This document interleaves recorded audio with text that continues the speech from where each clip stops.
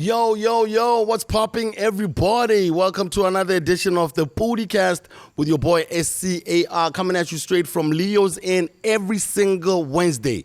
Right here, okay? Remember, Leo's Inn is located more extension 11, Kakobo Middle Star, Kakwana. You can always come through here, have a good time. It's self-service, so you can come through with your family. You take a little grocery. You don't have to go sleep at other people's places, all right? So make sure that you check them out in Tabong as well as Gaborone, as well as Kakomo Hoditsanagagwa. So make sure that whenever you are around any of these places, those are the places to check out. The accommodation goes as little as $550 to about $950 for like some of their best rooms. So make sure that you check them out. And talking about some cool things that you can do for yourself if you're looking for electricity, airtime, motakasi, go to everything that you're looking for. Remember, we have the Ponesa QR code right here. All you have to do to support the show and to make sure that we keep the lights on here, you just click and then just scan that code. You can buy yourself some motakasi. You can buy yourself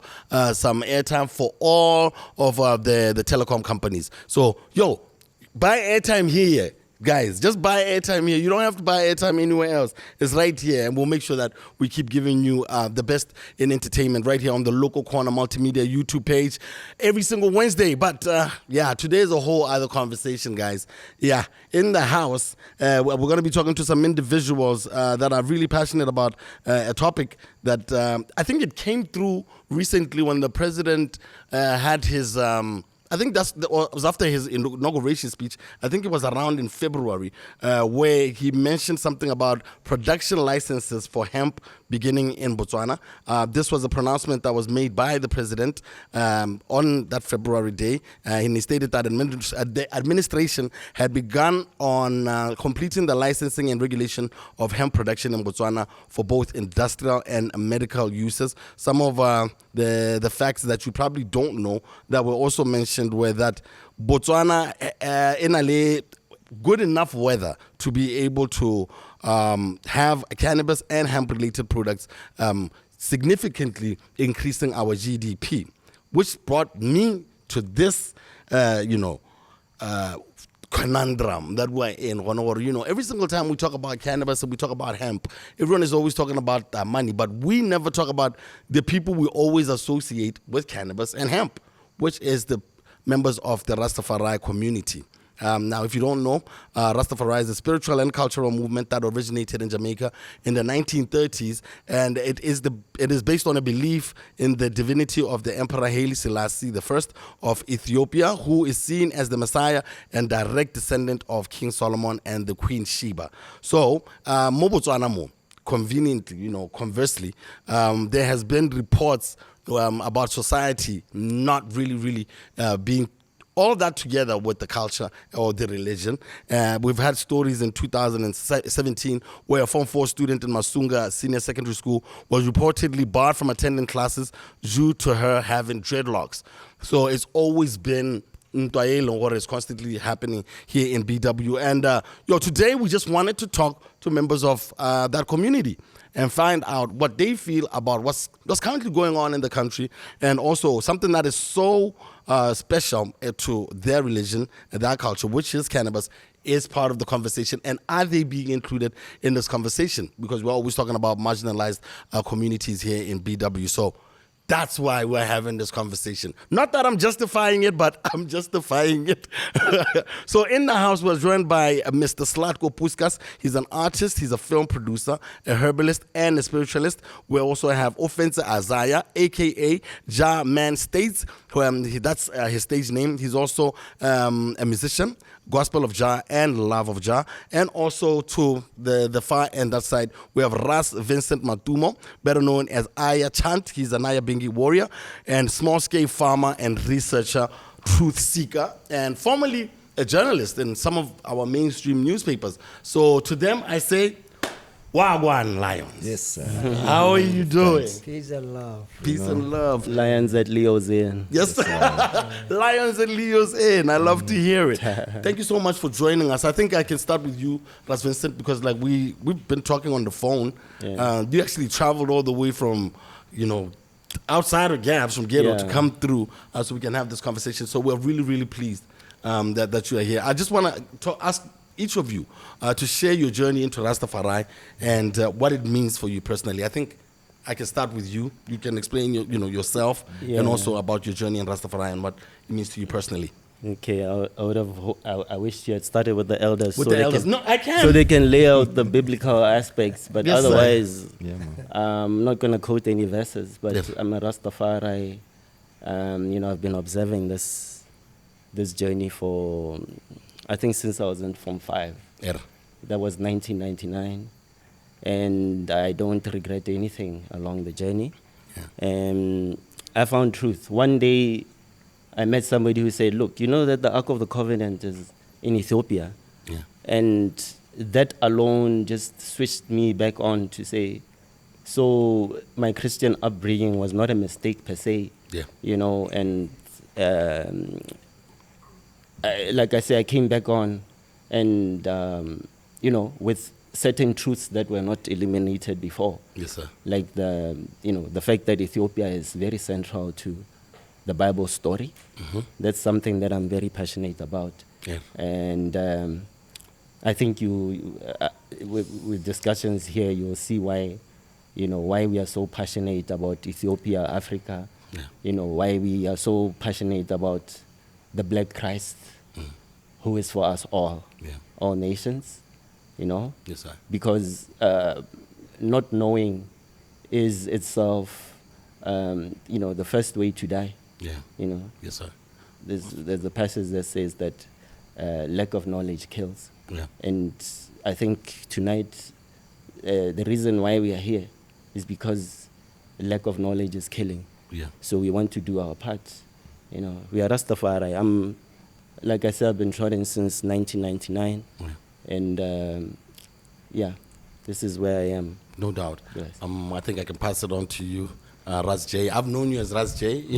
I guess even in Gap City, people who know you as Raz J. But for you, just to break it down for the people who probably don't know you, how your journey in Rastafari and what it means to you personally, and just a little background about yourself. And all right, we give thanks. Emmanuel I Selassie I Jah Rastafari. Yes, Kim. Yes, growing up in a very religious family. Yeah. My family was Roman Catholic, and my mother was one of those heavy churchgoers. Yes. Yeah. Yeah. So I experienced the gospel from a young age, but then questions came into the divinity of Christ. From that, questions nobody could answer. Question number one is, why are we told to cut our hair, but we never seen a bold picture of Christ yet? Yeah. Christ is always depicted with long hair, doesn't matter in whichever culture, and even spiritualists and wise men in general, they're always depicted with a beard and with long hair. Yes, sir. Nobody could answer that question. Yeah. And that was the beginning of my journey into searching, okay, what is this all about? And I think that for anybody who reads the scripture for themselves, not being dictated by a prophet or a preacher, yeah. you will find the answers are there, right in front of your face. Yes, sir. The Bible is not such a big book, it's a book that's readable within less than a week, in 2-3 days, if you dedicate yourself. Yeah. And you'll find all the answers that you're looking for. So digging in and searching and finding out that, okay, Ethiopia, what's the significance of these nations? And then it all ties into world affairs in general. Yes, sir.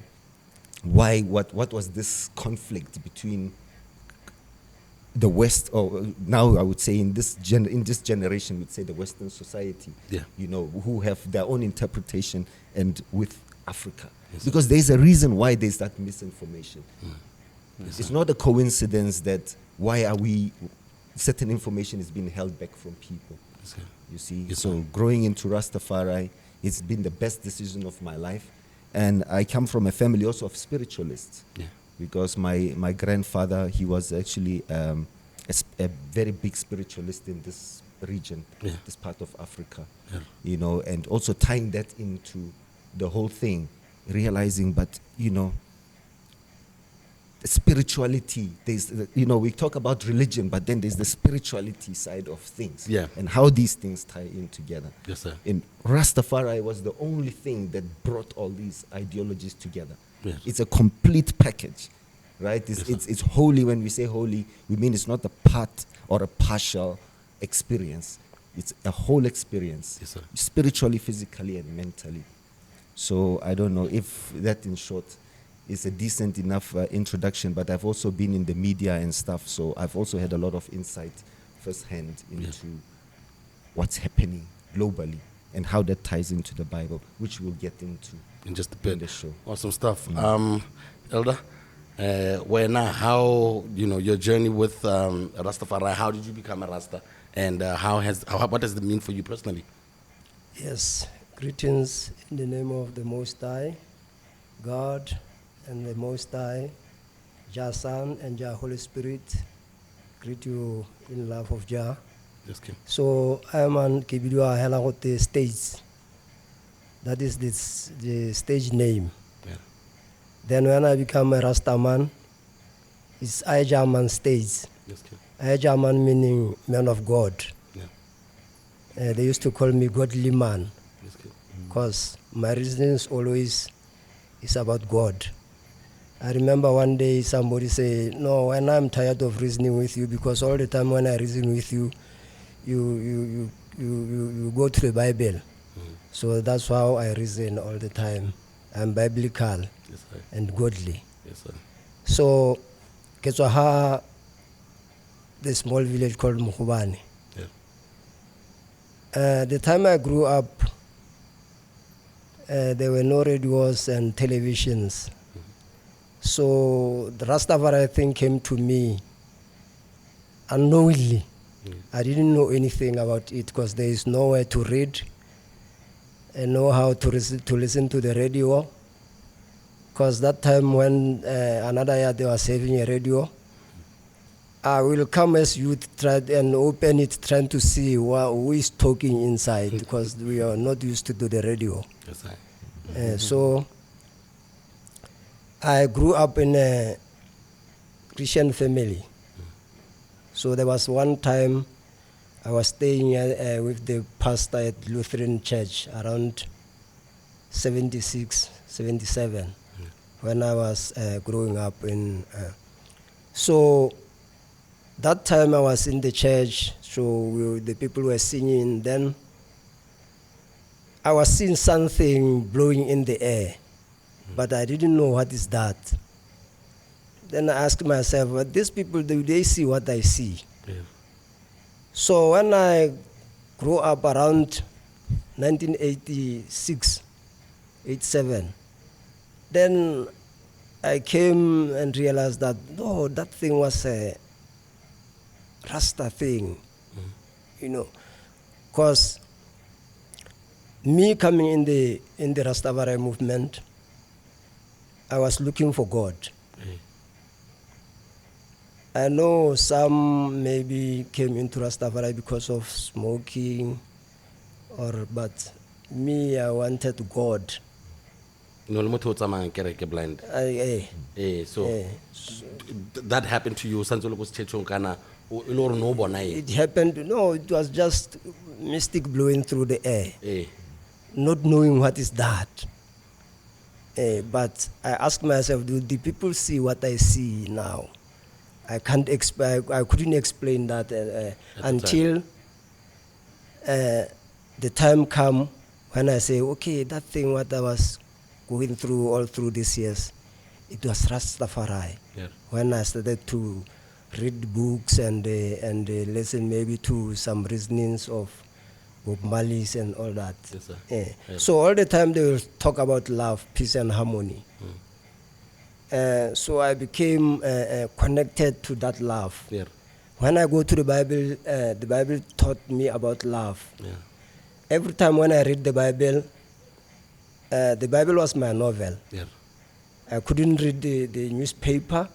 Every time I read the Bible. Yes, sir. Then when I come through the Bible, then I see the word love, I will underline it. Yeah.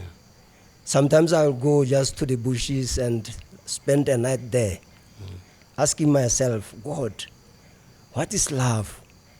When you say I must love, what do you mean? Then the voice came to me, say, no, even if somebody can kill your son or daughter, you must love him. Yeah. So I came deep into love. Yeah. So my godliness or my Christian life is not it when there is no love. There's no love, yes, sir. Yeah, because even John 5:10 says, if you keep my commandment, you shall abide in love. Then His Majesty says, Haile Selassie says, you don't have to practice freedom by drinking from the cup of bitterness and hatred, but you must drink from the cup of love. Yes, sir. Yeah. Awesome. So he continues saying, human efforts in the sight of God is useless without love. Yeah. So the Bible says God is love. So anyone who don't love don't know God. Yes, sir. That is why even my music, I have the album called Jah Love. Then I have another album called Love is Forgiving. Yeah. Yes. So you're a loving brother. Yes, I. Hey. Yes, I. I think all the common denominator here, because I think this is because we always never know until we are educated about something. The objective is to really try and understand the culture. Yeah, thing. But the main theme that I'm getting here is Christianity. You know, as a religion, is it a religion, Rastafari, or is it a culture of some sort? I don't know. Who Yes, that. yes, I. Yes. They will add on. Rasta is the way of life. Yeah. Because religion, I think, is something that you adopt from somewhere, or Yeah. you need to be taught and try to. So, but the way of life, we live Rasta. We eat Rasta. Yeah. We dance Rasta. Yeah. It's a lifestyle. We walk Rasta. Yes, We clean. sit Rasta. Okay. Yeah. I'd like to jump in there. I think with religion, maybe we must, the way I put it sometimes, is that while we have our way of life, that we have the religious aspect within that way of life.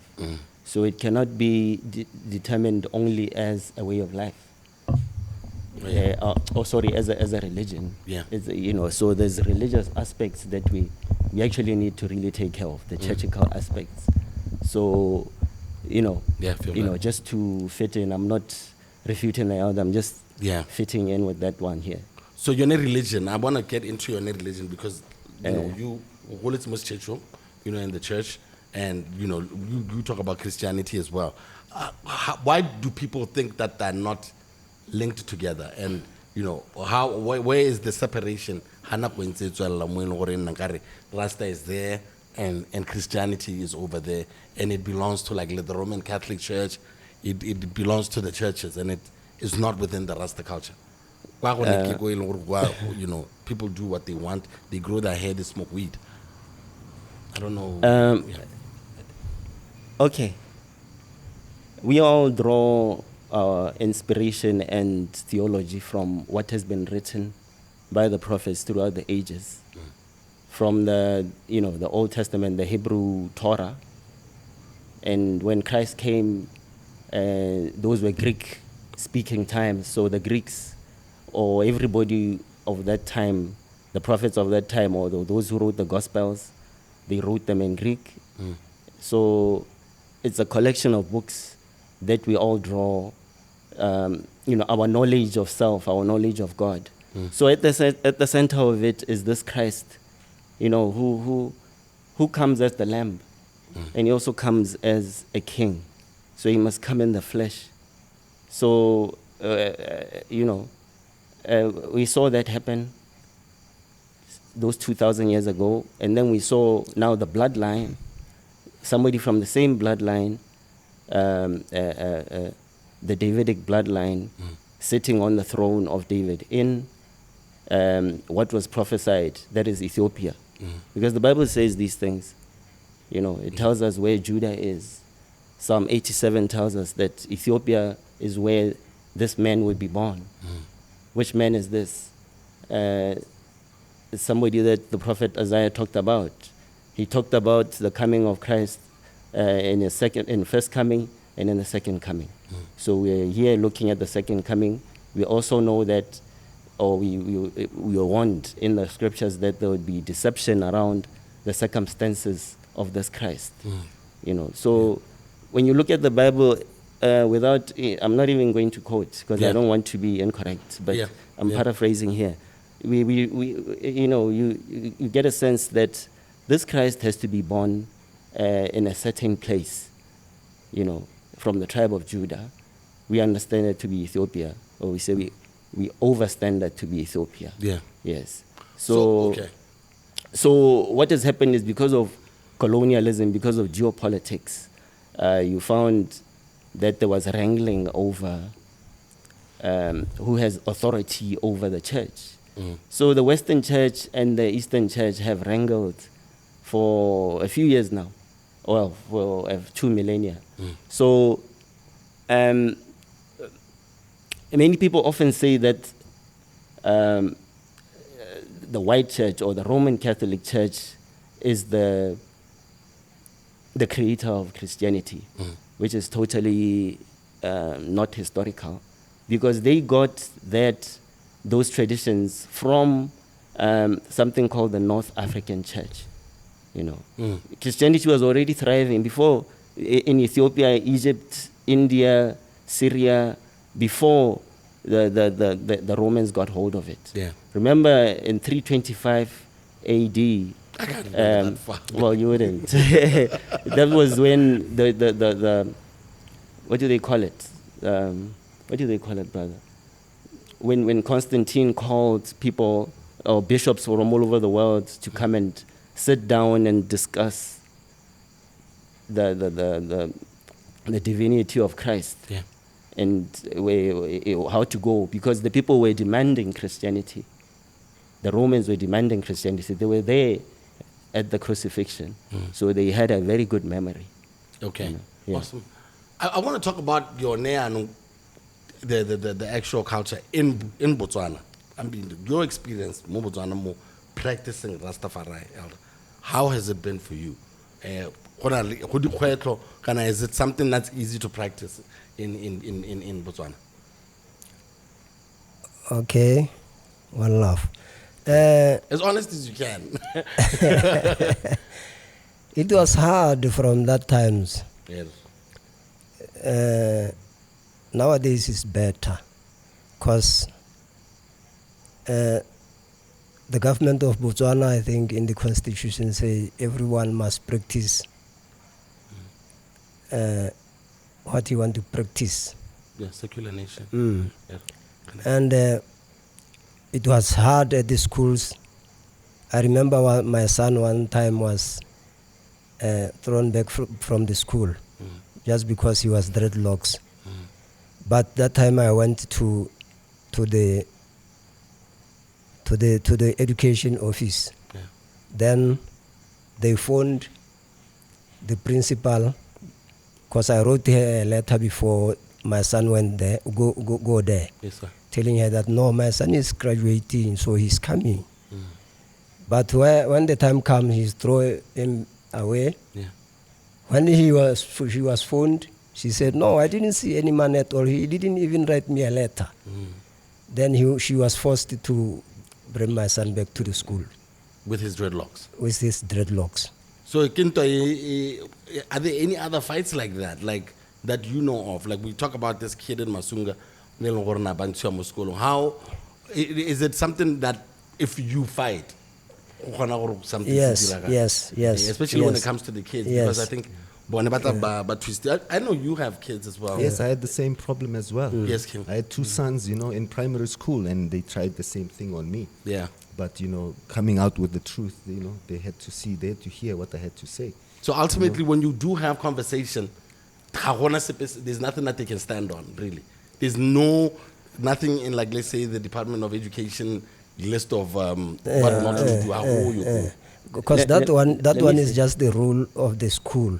But the government, at school they say everyone must be short hair or combed hair. It's the school. It's the school, but the government is there in the constitution. So at that time, I have to quote from the Constitution. Yeah. I have to quote from the Bible. Yeah. Numbers 6 verse 5. Yes, sir. Yeah. What I can say is that Rastas have gone to court and they've always won, because it's a very arbitrary thing. It's very individual. It depends on the attitude of the principal in the school at a certain time. Yeah. But what I know is that Rastas always win that argument, whether it goes to court or not. Yeah. In my experience, when I started my dreadlocks, I started growing dreadlocks when I was doing my Form 5 at Lahai. Yeah. And my former principal, Dr. Ramsey, who was here last week, he couldn't do anything. Why? Because the Human Rights Club put up a poster where everybody could see. And they say that everybody is entitled to their own religion and they mustn't be persecuted. And I think the timing of that poster alone sort of saved my dreadlocks. Yeah. Yeah, and nobody said anything to me. Yeah. Because I always feel like, is it not like a burden when you know there's so much resistance? You know, like how do you keep going when you see, I mean, even politically, I think you've been a journalist. Yeah. You've written articles as well, Yeah.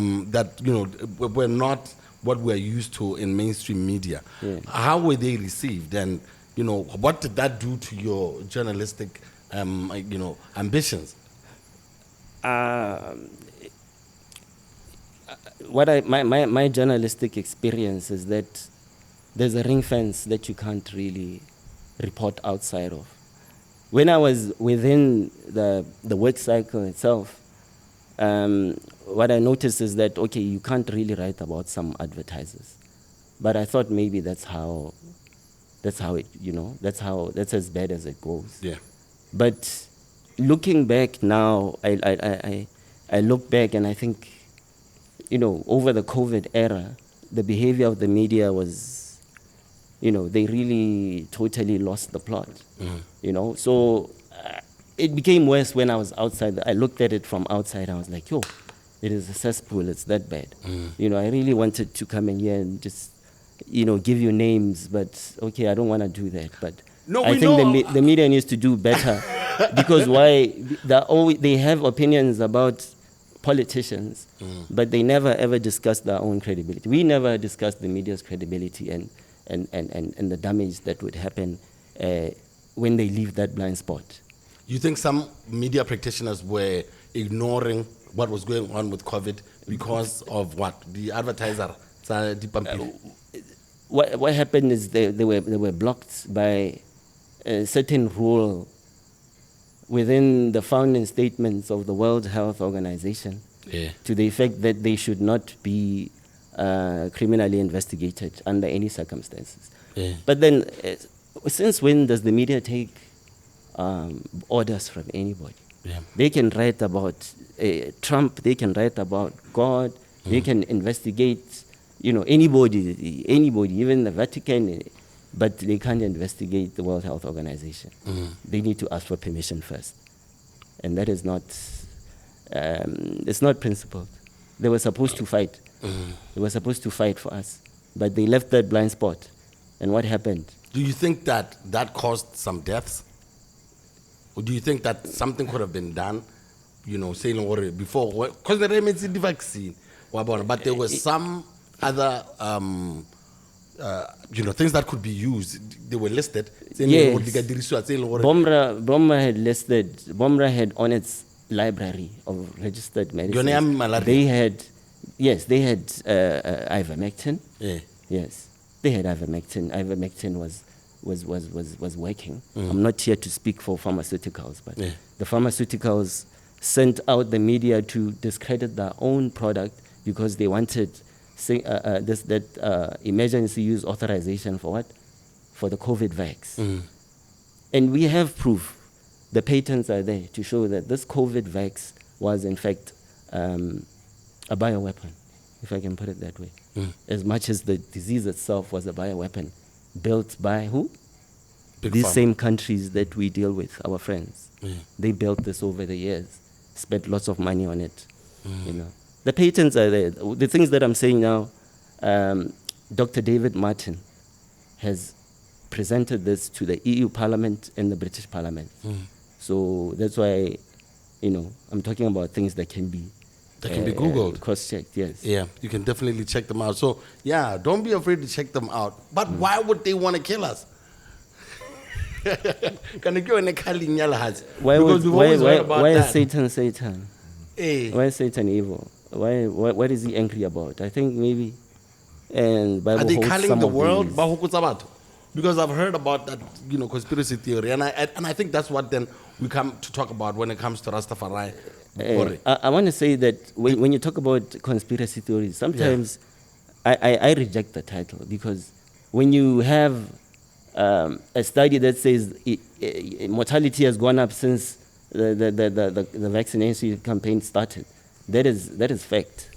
Which other science are we looking for? But isn't that because of the virus?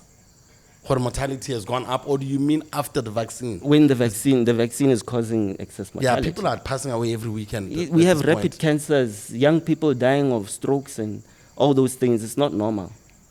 It's not normal. You need to check some of the studies that are coming out. So as Rastas, because of the consciousness, Yeah. you are able to what? Slow down and not just fall for the mainstream? Are the rest of us just buying headlines?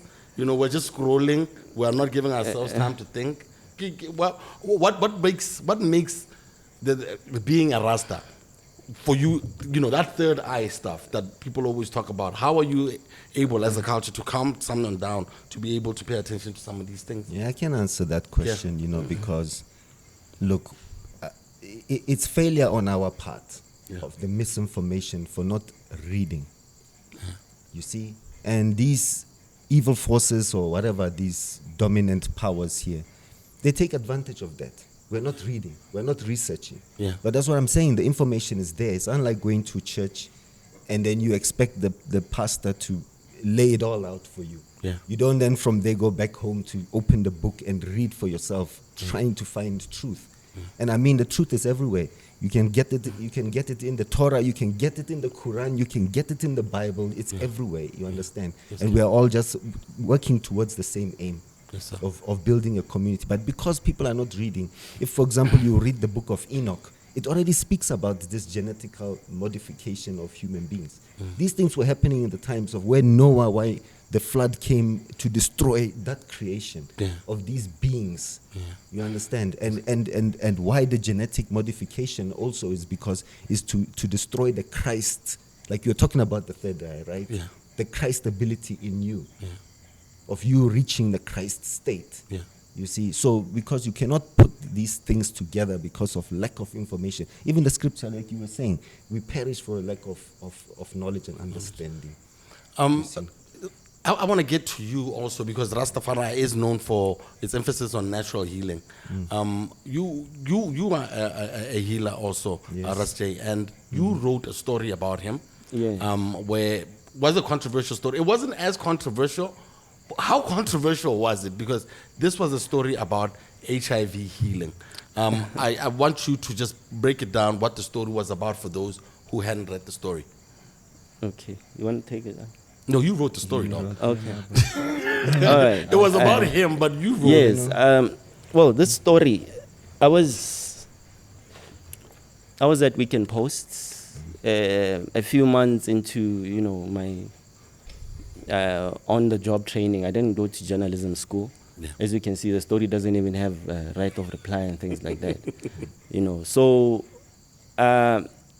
I came across my brother here, Jacob. I didn't know that he was dealing with a certain doctor by the name of Professor David Sully, who was apparently healing people with HIV in Uganda. He was using concentrated nutrients and hemp seed oil for cell regeneration, because apparently people die because they stop eating. So he helped a lot of police officers. The government was paying for that, and it happened. The story happened at the time that I went for an HIV/AIDS conference where they were talking about all the billions that we need to spend on ARV therapy. You know, all the banks were there, you know, all the international associations and organizations were there. And I stood up and said, but you know, there's a lot of people who say they can help with to cure this thing, but I don't see that happening. I don't see them being given the opportunity to prove their claims. So, yeah, I came and I wrote that story, and the government didn't refute it, you know, usually they'll say this is a misleading story. They didn't say anything. Nobody said anything. There was nothing on social media, nothing at all. Yeah. But I was getting calls at the office. You know, I think that's the only story I've ever done where, you know, I get calls like that. Yeah. You know, but it was very quiet. So now, who's calling you? Mainly officials or no, people who want, wanted other alternative medicine. Yes. Yeah. So, you know, it's a story of deceit by the pharmaceutical industry, and they had that vision of banning marijuana as far back as the 30s, because they wouldn't have been able to pull off a lot of things that they're pulling off today. Awesome. I want to, before we go into that one, I want to get to you, Ras J. Yes. Dr. Sally, yes. You want to talk a little bit about what he was into, and, you know, what prompted you also to speak to Vincent about it? Yes, you know, this is just a divine intervention all the time, you know. I was introduced to Professor Sally by another Rasta from Jamaica. You know, I think also there was some Rasta in England who were working with him, distributing his products. So he was a professor based in Uganda who had started the HIV/AIDS foundation in Uganda. And Uganda was reportedly the only country in the entire Africa whose HIV and AIDS cases were going down. Yeah. And even as a matter of fact, as far as even amongst prostitutes apparently, and a lot of them were not even using protection, you see. But this now, when we went deeper into find out that this was just grassroots information, healing, you know. You won't believe that I have the whole catalog of the ingredients that were, you know, in these capsules. He had a range of products, 3 types that you took in a certain combination for different ailments, but effective, highly effective. And I approached the ministry about this thing. Funny enough, when I went to the Ministry of Health, I spoke to, I can't remember who it was, a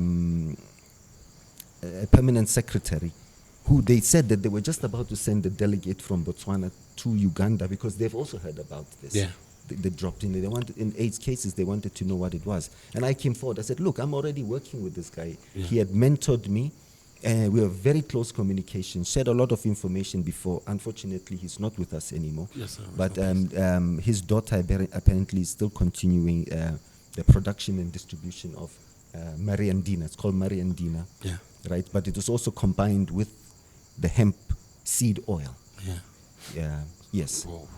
Okay, so you went as far as the health ministry. What are some of the things that they say when it comes to alternative medicine? You practice it as well. Do you register, or are you only amongst the Rastafari community?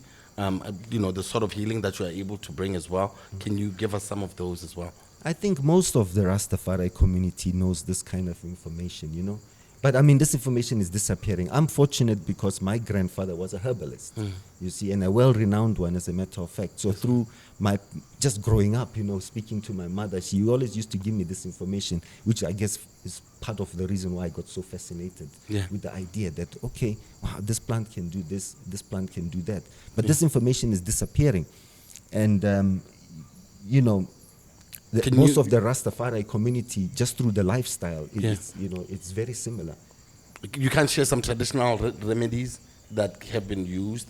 You know, maybe someone can do for themselves. Because I think we don't speak a lot about alternative medicine in Botswana, you know. You were talking right now about ARVs and how much money was being thrown around. We see with the advent of President Donald Trump, America, that is about to change, you know. What do you think about that as well? You know, do you think that's going to help Batswana and other African countries at least look at alternative ways where they can heal their people? I think the timing is perfect in the sense that now we are, perfect because we have new leadership this side. So it's coinciding in a way that we can have a fresh approach and even, make radical decisions along what we want for ourselves. Because for a long time we have been imprisoned by these contracts that we sign with these foundations. In this case, I'll just say the Bill and Melinda Gates Foundation. Yes, sir. Because there's papers out there that show that, look, once you work with these outside forces, you don't have space to craft your own, a homegrown solution that fits your circumstances. You're always looking outside. So you are always being given this, you really don't have a say in all this. Yes. I want to talk about vaccination. Yeah. Have you vaccinated before in your life, or is it also like that when it comes to vaccination, like in the culture? How does it work? I don't think anyone will get arrested now. So. Vaccination. Do you guys believe in that? Like vaccinating yourselves against things, or vaccinating the nanas? Because we've seen with the Zulu culture as well. They've chosen their own way of doing things. How is it in the Rastafari community? Do you vaccinate? Yeah, but no, we don't believe in vaccination. If the man do it, it is from his own risk. Because we know that we are risking our lives. If we vaccinate, we know we are risking. And then, with the family, how then does it work? Do the wife also is a Rastafari as well, so the family understands what's going on as well. Yes. Because even that time of vaccination of HIV, the COVID, my son didn't vaccinate. Yes, sir. I want to talk a little bit about longevity, the Rastafarian lifestyle, promoting holistic and well-being. How does that, where does one learn that? Like, how, if someone has like a passion for being a Rasta and wants to follow this lifestyle, the do-it-yourself analogies and stuff, what do you do? Do you pick up the phone? Do you check out YouTube? How does someone try and get into the lifestyle? May I answer that? Yes, I think you just give me a call, Yeah. I think that's the easiest way to answer, because even for me as a herbalist, this information is really hard to find. It's really becoming scarce. And you find that most of the plant, this is so spiritual that you find that most of the time in the spiritual context of herbs, the herb will find you before you find it. Yeah. You know what I mean? And you'll be so shocked because some of these plants will just be growing at your doorstep. And you're cutting this thing down every day thinking it's a weed, but it's actually what you need. You see? And it's the same thing with you seeing with cannabis now, because now we are going through an economic recession of some type, and cannabis is like, hello, here I am. Come and use me. Yeah, it's there. It's been calling you the whole time. And talk about Hudia. One of my brothers, we're in Modipane, and he found Hudia, and Hudia is great for keeping away hunger. You don't have to eat for 3 days when you use Hudia. So we have so many solutions in nature, even for what's this herb for creating blood? You don't need transfusions per se. It's just that I don't know the name. But we have these solutions in nature. Many. So do you think there is a concerted effort to cancel out this knowledge? Because me and you were having this conversation about reggae music. Or people love reggae music, but it's never promoted on mainstream radio. If anything, there's like a little show for like an hour on a radio station, and then how can you speak to that? And you as a musician, king the group with Samurai, it's all music you are as far as reggae is concerned. I've done several documentaries with this kind of information about almost 2 decades ago. And it speaks about all the different herbs found in this particular region and the different uses and how the preparation methods, etc. I've submitted that documentary twice to BTV. It's been rejected with no reasonable explanation. It's sitting on my shelf there, but it's beneficiary to the nation, and that's why it's, I guess I can use that as evidence in a sense to say this information is being suppressed. Yeah. People don't, it's a whole other way of life. Do you think the people in charge are afraid of a whole different way of life, or why are people so afraid of this enlightenment that you bring? Because we were conversating earlier when I came to see you about, even this, there was recently, a couple of years ago, and I know the guy who officially opened it is my bro. A tall Jesus. A white Jesus. And here we are, and I think it's 2024, 25, we're enlightened. And we're still seeing things like that happening. As the Rastafari community, what do you think about things like that, where symbolism is done like that, where it's like, it's one of the biggest structures that we have in the country, and it's of a white Jesus, but the conversation is going on that Jesus was a different color and all of that. How does that affect the community? It's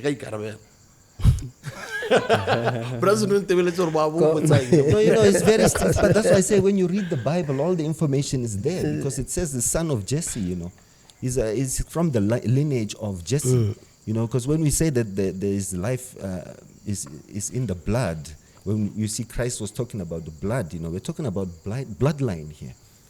You see, because you have certain genes which those genes is the genius gene, as I would put it. Yeah. You understand? Because you find, like, for example, Emperor Haile Selassie, he was a genius child. Yeah. Can you imagine that already, 13 years, already speaking 7 languages, already a governor, Yeah. Imagine what your 13-year-old is doing right now. My goodness. You understand? So it's a certain, it's a certain He's hiding his face with his hair.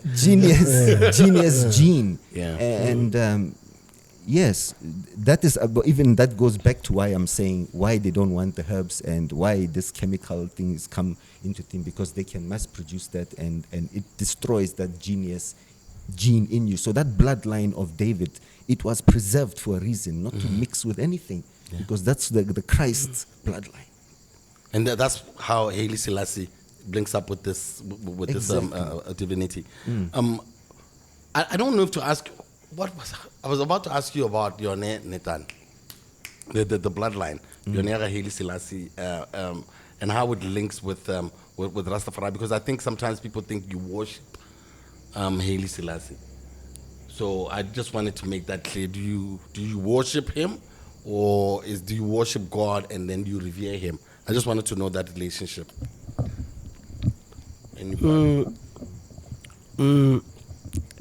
The Rastas, after the visit to Jamaica of His Imperial Majesty,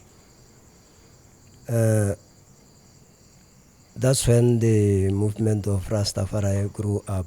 Yeah. But first, Marcus Garvey said, look to Africa where the king shall be crowned.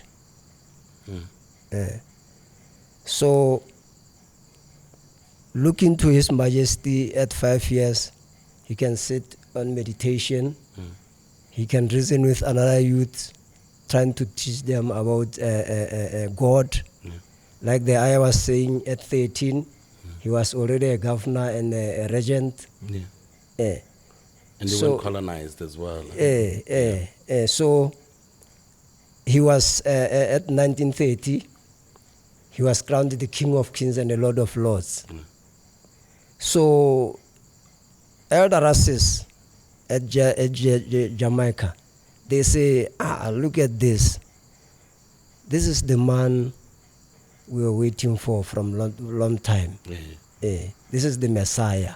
The prophecy is being fulfilled. Yes, because even the woman called Judy Mowat, I started to think about Thomas. He asked Jesus, how am I going to see you? Because you are saying you will be back in some time. Then Jesus said, no, you will see the nail prints.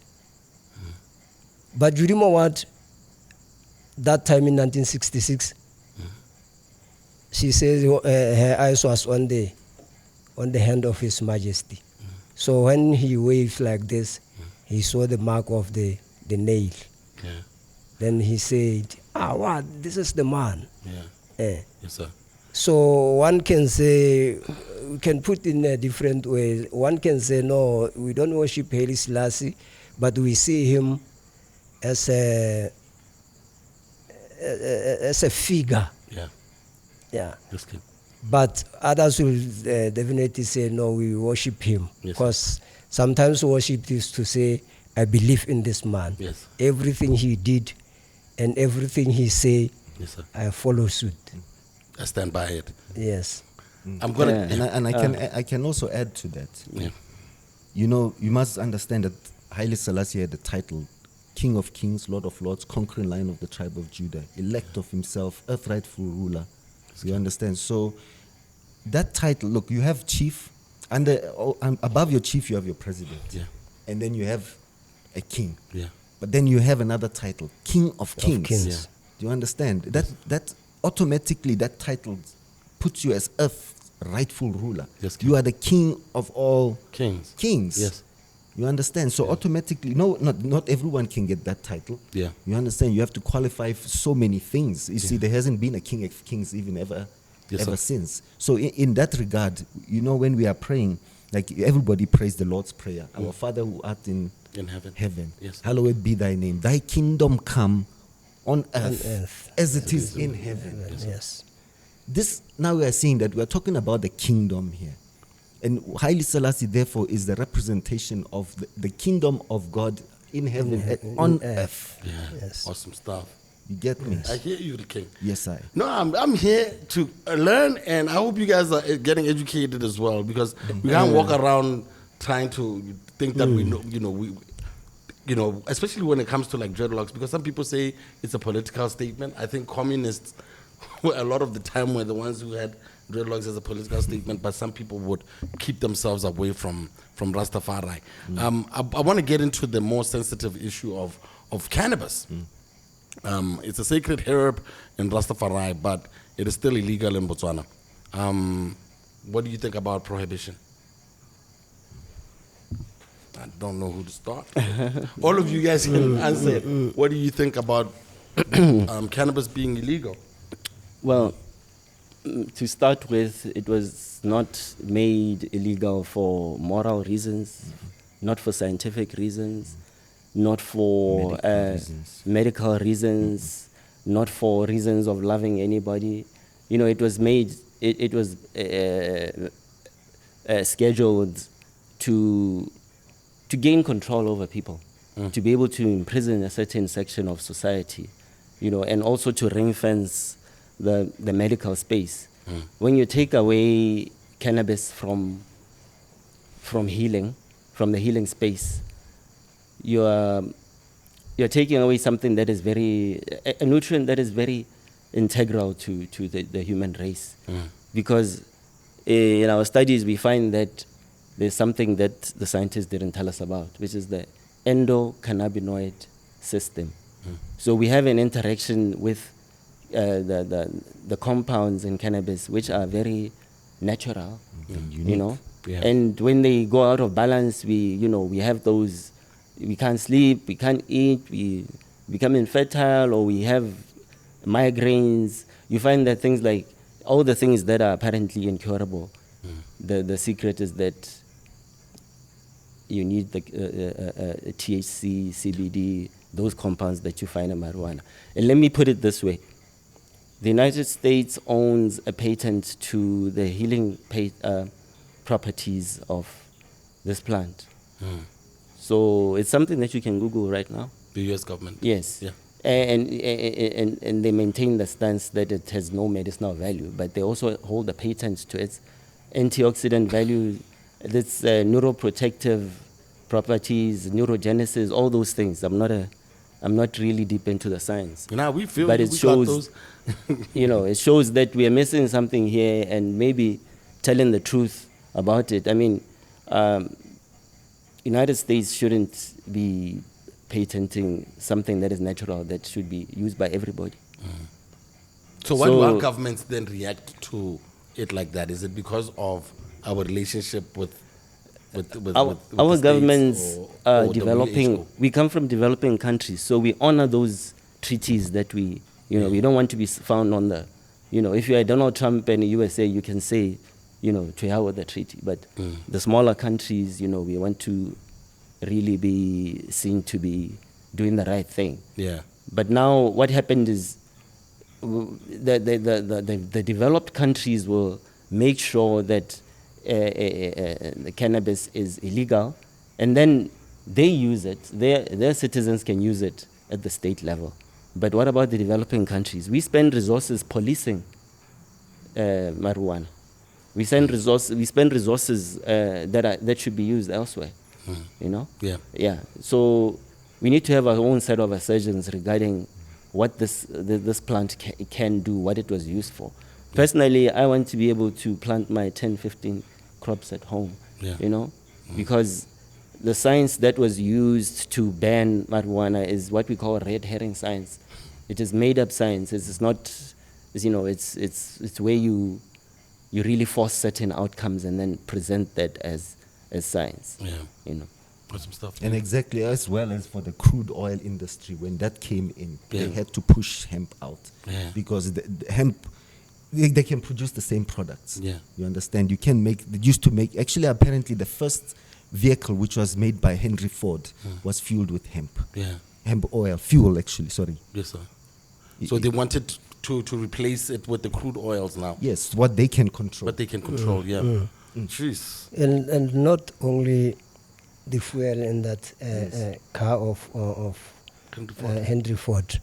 Yes. Even the build-up of the body. Yeah. He was using plants. Yeah. Yes, the body itself. Soya beans, hemp. Yes, sir. I hear you. So then it was fueled with hemp fuel again. Yes. This is stuff you can Google. Guys are definitely gonna have I to challenge do anybody. research. Yes. So even the that there is concrete. So there is hemp crate, Yeah. whereby you can build a structure like this With just hemp. with just hemp. Yes. Now seeing that Rubiwa or hemp is about to be legalized, what does that mean for the Rastafari community? Because these are things that they've been speaking about for years and years. I want a conversation between yourselves, the organizations that you're part of, to speak to government and see, I don't know if there's a special dispensation for people who have, who've talked about this stuff for a long time and now it's suddenly now legal. What are the plans for the community? I think from our perspective, we haven't really been engaged government per se.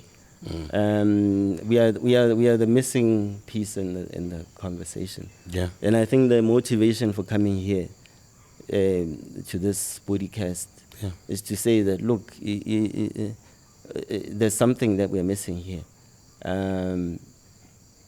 We want our religious use. We want our religious use, and we want our visitors from overseas to come here and enjoy. I'm not saying I want to stand by Middle Star and smoke. Yeah. But there should be some sort of liberty as an adult taking something that is proven safe, and therapeutic and all that. And whether for whatever use that I want to use it for, I don't think that that human right of mine should be impeded on. Yes, sir. Yeah. If I should get personal, have you ever faced challenges or discrimination due to the use of cannabis for religious or medicinal purposes? Oh, me 100 times. You want to talk about it? 100. I don't mind. And how do you get we out knew of what these we were getting. situations? Yeah, we knew what we were getting to, but that's what I'm saying. You read, the information is there. Believe me, the law is two sides. We could have won this matter a long time ago, looking at the structure of things, that law has to be information based. Yeah. Where we cannot make laws based on fantasy and I don't know. and fables and whatever. I mean, because you get into court, you are sworn to say you have to speak the truth and nothing else but the truth. Yeah. But then who's lying? You see, I have had problems in South Africa. I have been arrested several times that side lobbying for marijuana, but I've won all my cases. Where now because I opened and they realized this guy knows what he's talking about. They had to let me go. Yeah. We don't like we're not even trying to get into confrontations with anybody, but we feel like it's really it's a big shame. That's why we put ourselves forward to take the bullet. Yes, sir. To say, because we know that a lot of people use marijuana. It's not only Rasta. It's only Rastafari community who is ready to step forward and say it out and defend the thing. You know what I mean? Yeah. But I know that most of those who don't defend it, they're probably the biggest smokers or users, because we Rastafari, we have a very strict discipline in as far as marijuana is concerned. I want to talk about that. And again, let me jump there. Yes, sir. All the time we talk about gender-based violence. Yes, sir. How many cases of the Rasta man and the Rasta woman? I don't know of any.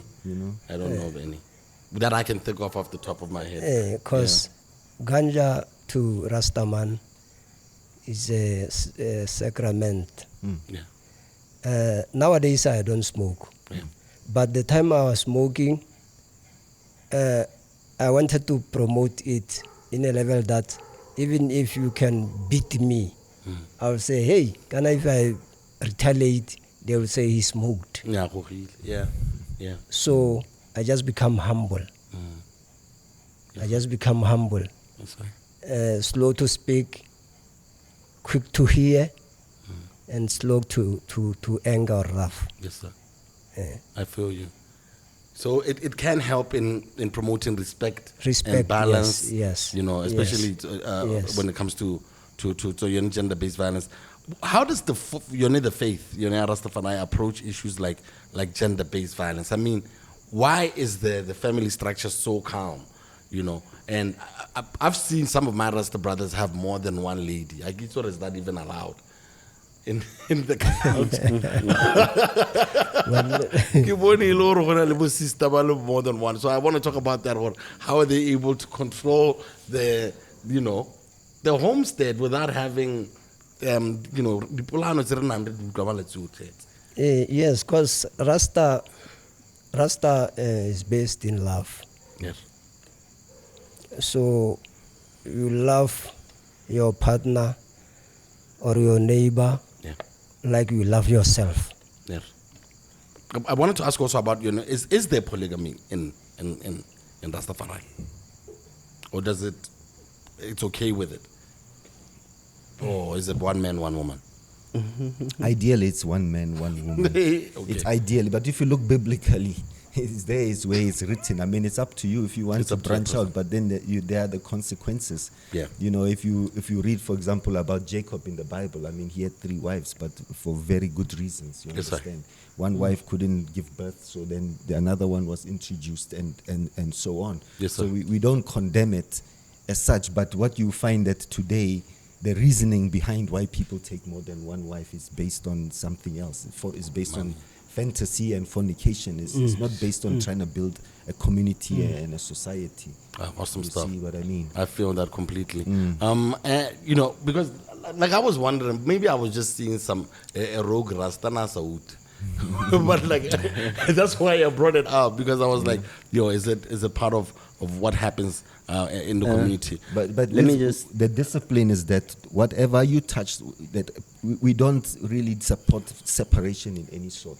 So if you are a man and then you can control yourself and be with one woman, that's good for you. Then do that. But if you can't, if you feel like you need 2 or 3 women, instead of you going to fool around and then cause even more danger to society, then marry all of them. Yeah. That's it. I feel that. Yeah. Yeah, I just wanted to say that when I first came into contact with elderly Rastas, one of the things they told me was that polygamy is not good or bad per se, but what you need is truth. Yeah, as long as there's truth, because now if you have to sneak around, now it's, you are not honorable as a man. So I think that the principle is whether there's that righteousness, that are you telling the truth about what you're doing? Yeah. Yeah, I didn't go looking for the information, but they told me. Yeah, but open up and be truthful, really. Yeah. You know, this guy gets someone who's in your life. I just wanted to wrap it up with the cannabis just before we move on and government policy. What changes would you like to see in government policy regarding cannabis, taking into consideration that not only Rastas use it, you know, we have some youngsters, and people usually blame marijuana for being a gateway drug to other drugs. You know, how would you like the government to handle cannabis policy?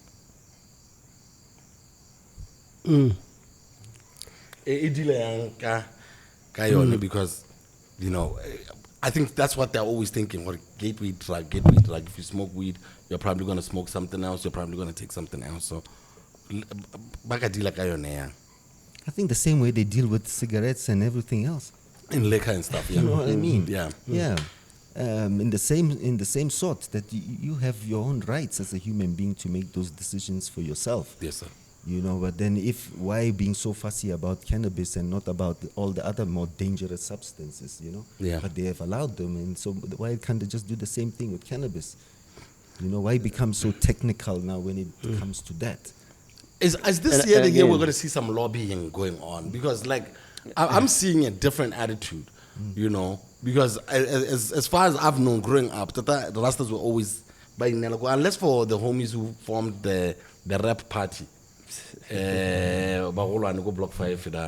I know them because I was living in that area, but I realized what Rasta man, and then, you know, they got into politics, and that's how rap, I guess, was formed and whatever. But, you know, do you think this is the year where, you know, Rastafari will be part of the conversation?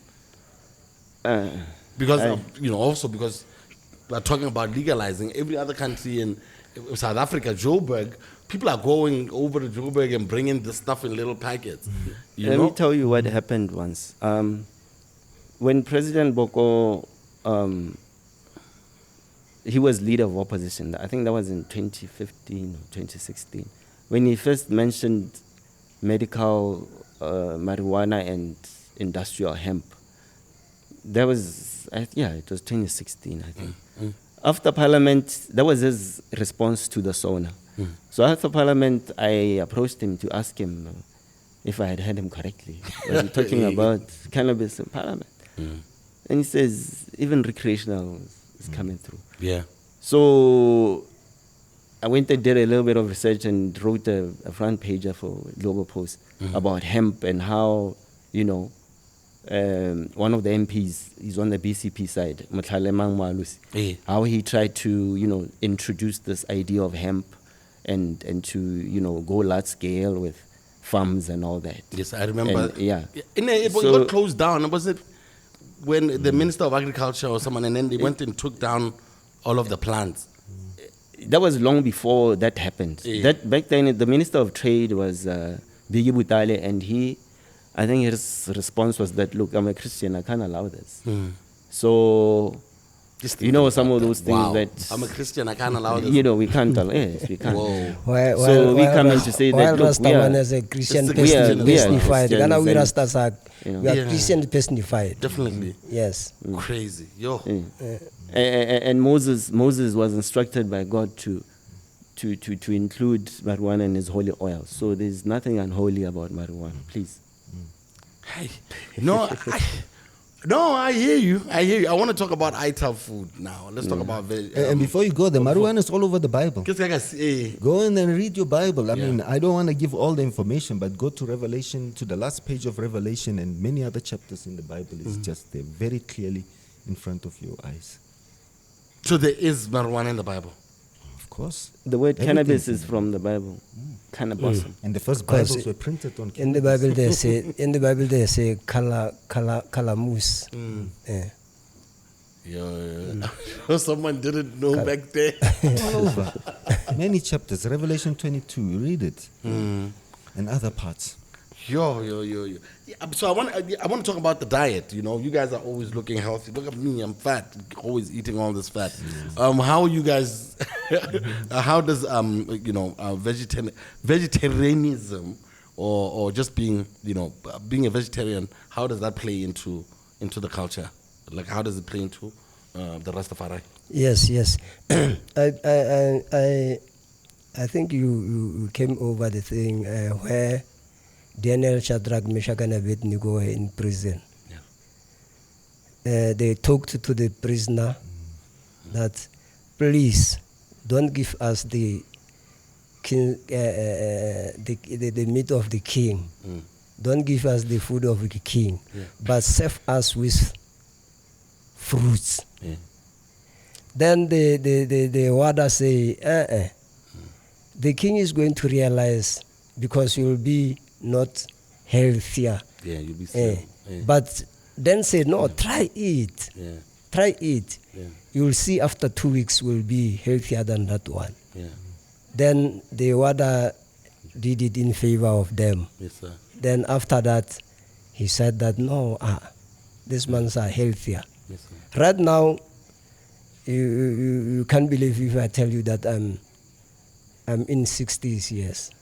It's good to work about 70 something. Eh. You know, and I'm like, I turned 59 in March. Right now, I'm eating in my 60 years. how old did you think he was? Not 60. My goodness. Yes. So it works. It works. No, it works wonders. So healthy life, like healthy living. Yes. So I love that. We're about to wrap it up because I think we're getting a better understanding of Rastafari and also where it's headed, because I think it also helps and people to know, instead of always being in the dark about what it is and what it stands for. What can people, especially non-Rastafari, learn from this way of life? Well, what I can say is that the King of Kings is for everybody. It's not just for Rasta, Yeah. When we say King of Kings, we mean King of everybody. Yeah. King of even the Muslims, King of the Jews, King of everybody. And that is it. We should take pride in this. Can you imagine how many generations who suffered, waited for this moment to see the Black King of Africa? I mean, my father was a white man, coming from Europe, and he got to meet Haile Selassie in person. It was the most exciting moment of his life. Yes. He spoke about it, and it's not just Africa, but it's the whole world. They really, really love and respect Haile Selassie. Yes. They had wonderful relations with Europe, certain countries, Europe, China, and Kenya and other, African countries. Yes, sir. That who's helped to bring the first development into Africa. Yes, sir. The first development that we would have never been where we are today. Yes, sir. And we are all benefiting from this. So whether you know it or not, you are all Rasta. You don't need a dread to be Yes. Rasta. Yes. No doubt. And I guess to you, how can Rastafari principles help address these modern day challenges? So on it's poverty, environmental destruction.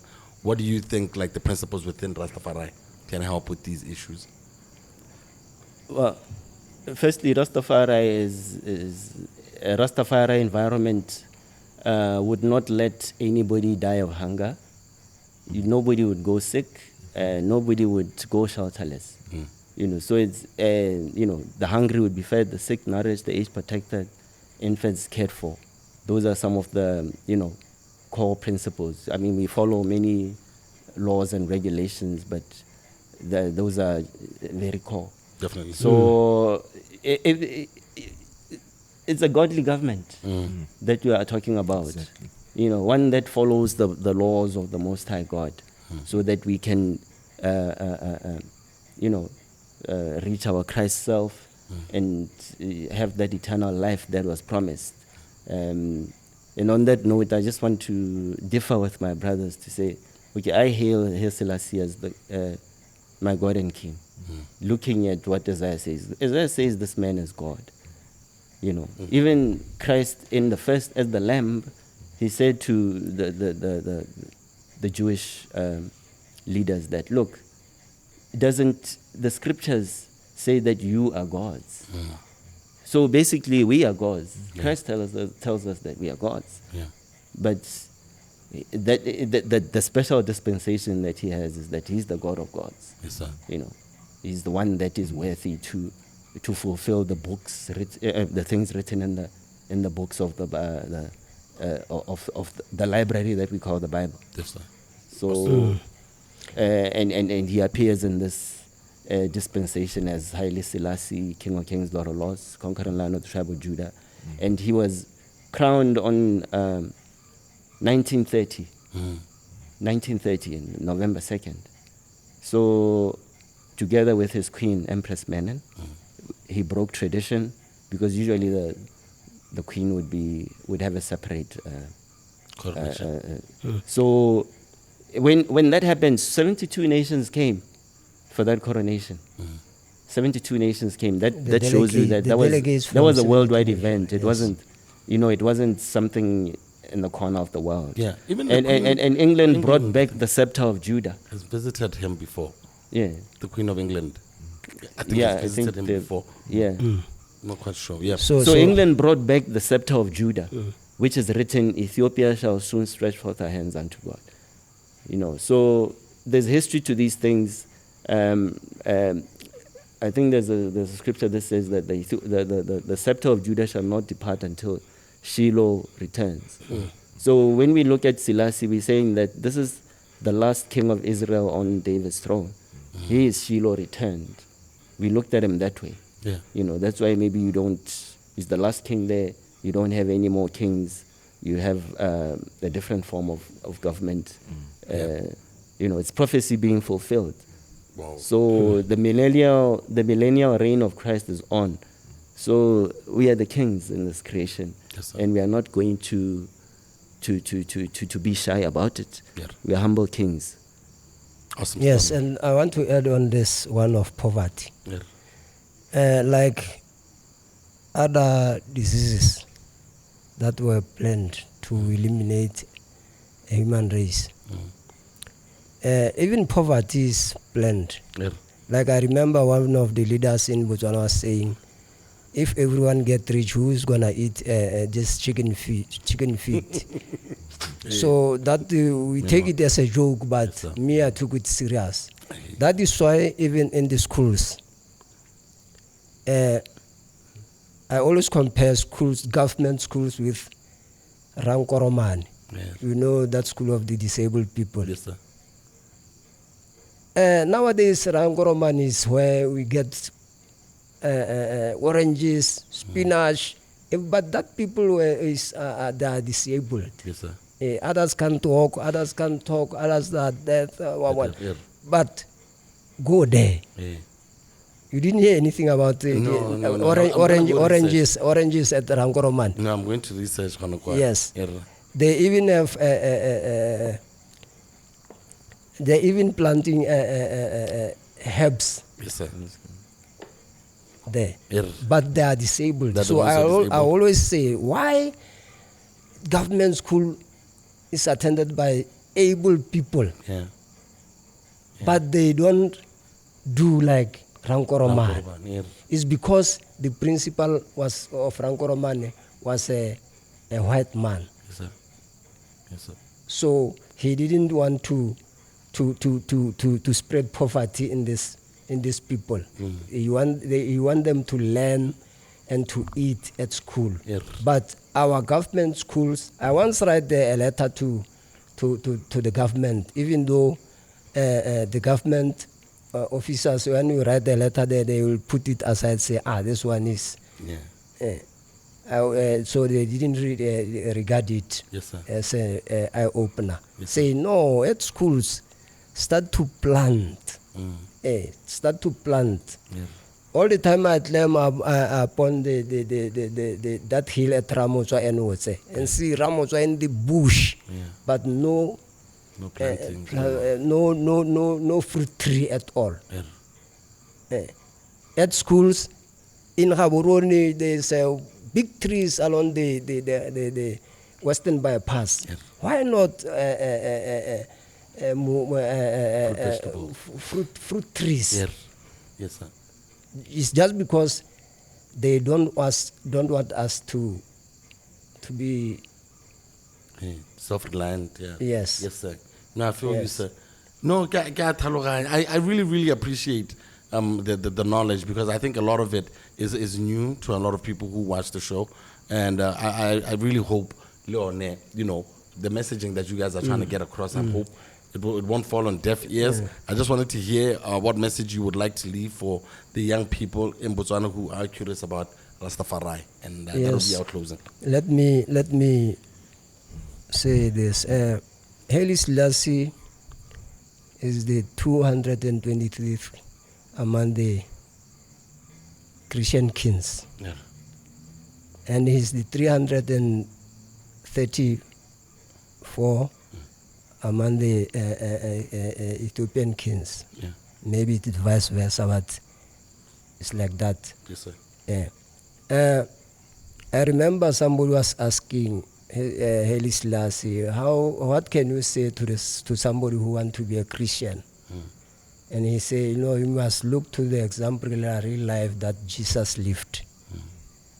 So same way, even now I say, if you want to be a Rasta man, or be a righteous man, or be a man full in love, follow suit after the teachings of His Majesty.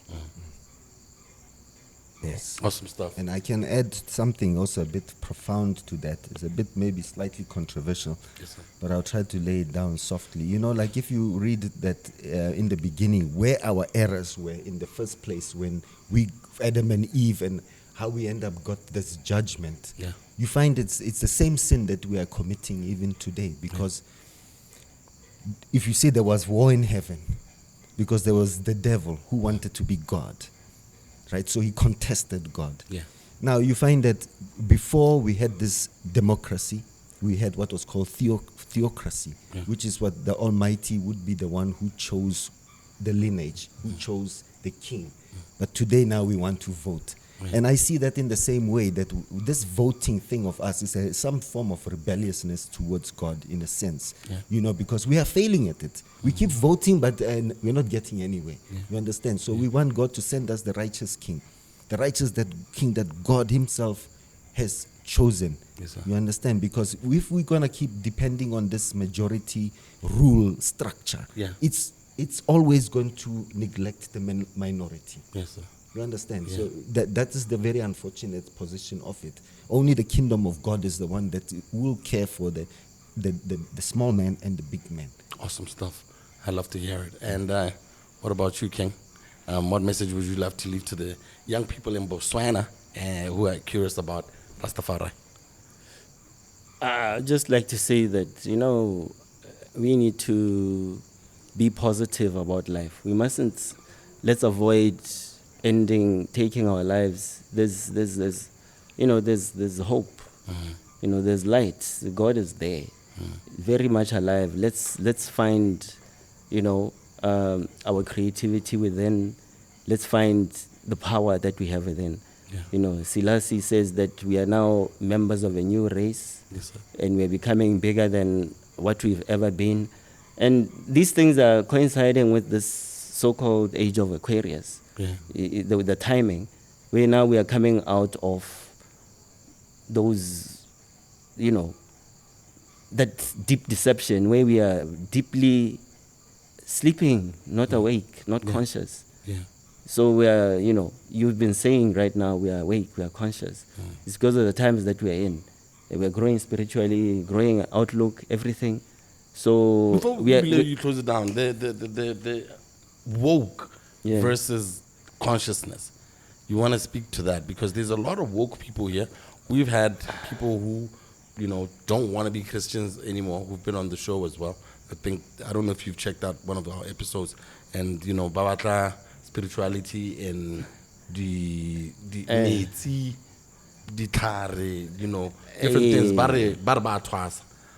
So I don't know if you can speak to those ones as well, especially because it's a lot of young people. And I think the Western church's hold on the biblical narrative is creating something that runs parallel to what the Bible is saying. Because when you look at things like herbs, things like that, the Bible literally teaches you herbs. It literally teaches you certain rituals that you would do in the space of healing, in the space of divination, in the space of astrology. So all these things it's very universal.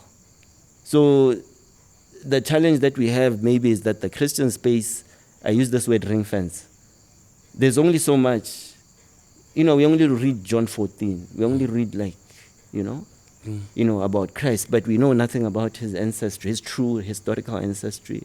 We don't go into things like that. His true teachings, what he actually said we must do. It's like we idolize him. We are not really going deep into him. So he's not really historical, So I think everybody who says that I'm tired of this Bible thing is going to come back to it, if they're a seeker, because they'll see that it's very universal. And it says more than what perhaps the Christian would say today. Example being Ethiopia. Yes. When you talk about end times eschatology and not have the Ethiopians at the center. God says to the Israelites, are you not like the Ethiopians unto me, O children of Israel? What does that say to you? Yes, sir. As an African who says that the Bible is not an African, what does that say to you? Well, you're denying your own self, pretty much. Yes, you're denying even those ancestors that you say that you'd rather go. You're denying Abraham, your ancestor, in favor of which ancestors now? Even Christ is your ancestor, because we are all the members of the human race. We are all blood relatives. Yes. Yeah, remember that. Yeah, you might be married to your cousin. I'm just playing. Yeah. I absolutely love this conversation, and thank you so much, guys, for coming through. Ras J, Slatko Pushkas. Did I pronounce it properly? Yes, Pushkas. And also Offensa Azaya, aka German States, for coming through. Ras Vincent, Aya, Chant. Thank you so much for coming through, guys. And I've learned something, and I hope everyone else who checks this out. This is a different type of part for us, because we're trying to try to understand a lot of things that are in our society, but are a bit more hidden than others. But for positive change, and I think Rastafari has a lot of positivity to it. We'll see what people say about the conversation, but I hope it has educated a whole lot of people like it did for us, and I thank you for that, guys. And with that said, guys, remember, Ponesa, the QR code is right here. Make sure that you buy your electricity, you buy your airtime, and you'll be able to help us keep the lights on right here in the PODI-CAST. I thank you, gentlemen. Blessings to you. And I'll check you guys out next week, Wednesday. Peace. Love.